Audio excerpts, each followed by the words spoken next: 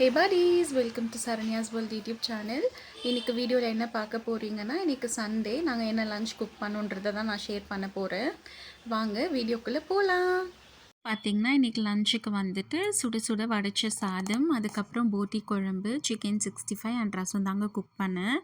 இப்போ வந்து போட்டி குழம்பு எப்படி வைக்கிறது பார்த்துக்கலாம். ஸ்டவ்வை பற்ற வச்சுட்டு நான் வந்து குக்கர் வச்சுருக்கேன். குக்கர் கொஞ்சம் நல்லா ஹீட் ஆனதும் தேவையான அளவு எண்ணெய் விட்டுக்கலாம். எண்ணெய் கொஞ்சம் நல்லா காஞ்சதும் நம்ம வந்து கடுகு போட்டுக்கலாங்க. கடுகு பொரிஞ்சதும் கருவேப்பிலை கொஞ்சம் போட்டுக்கலாம்.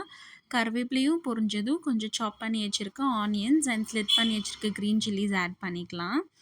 ஆட் பண்ணிவிட்டு இதெல்லாம் நல்லா சாட்டே பண்ணலாம். அதுக்கப்புறம் தேவையான அளவு வந்துட்டு சோம்பு பவுடர், அதாவது நான் கொஞ்சம் ஃப்ளேவருக்காக ஆட் பண்ணியிருக்கேன். அப்புறம் நம்ம வந்துட்டு ஒரு சின்ன ஜாரில் தேவையான அளவு தேங்காய்,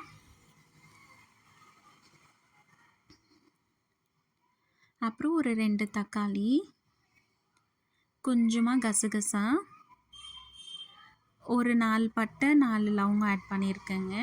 அது கூட கொஞ்சம் உடச்சக்கல்ல போட்டு கொஞ்சம் நல்லா ஃபைன் பேஸ்ட்டாக அரைச்சிக்கோங்க. அப்புறம் ஆனியன் நல்லா வதங்கிடுச்சு. அதில் வந்து இஞ்சி பூண்டு பேஸ்ட்டை போட்டு ஆட் பண்ணியிருக்கேன். சாட்டே பண்ணுறேன்.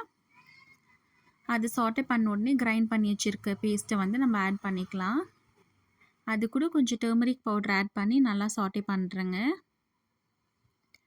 ஆயிலே கொஞ்சம் நல்லா வதக்கணும் அந்த மசாலாவை.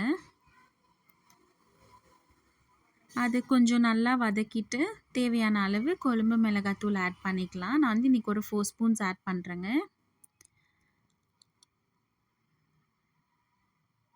அது கூட கொஞ்சம் மட்டன் மசாலாவும் ஆட் பண்ணியிருக்கேன்.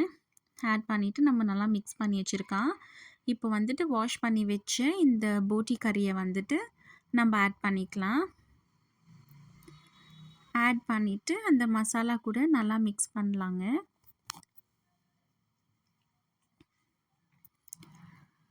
அதை நல்லா கலந்து விட்டுக்கலாம்.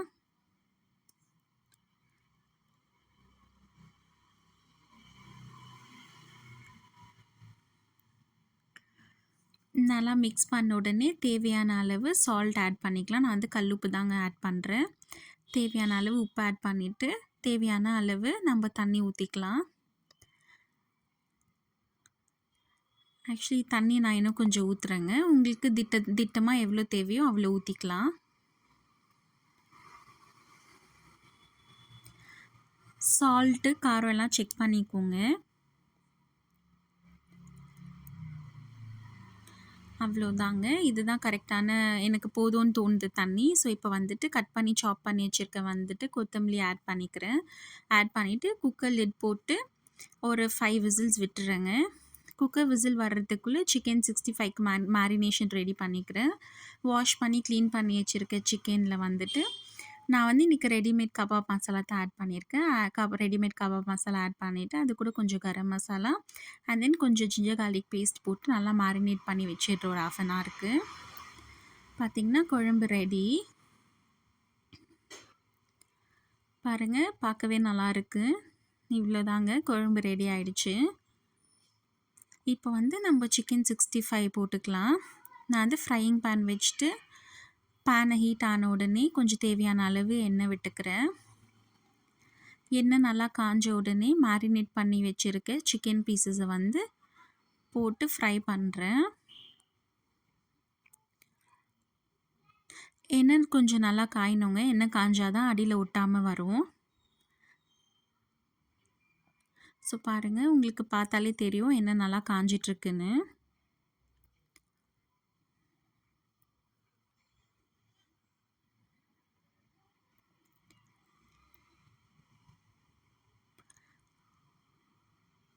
அவ்வளோதாங்க. இப்போ வந்து ஒன் சைடு நல்லா குக் ஆகிடுச்சு. நம்ம அது திருப்பி போட்டுக்கலாம்.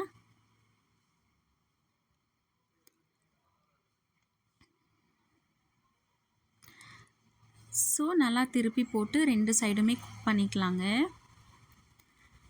இப்போ பார்த்திங்கன்னா சிக்கன் 65 வந்து ரெடி. நம்ம இதை வந்து வேறு பிளேட்டுக்கு ட்ரான்ஸ்ஃபர் பண்ணிடலாம்.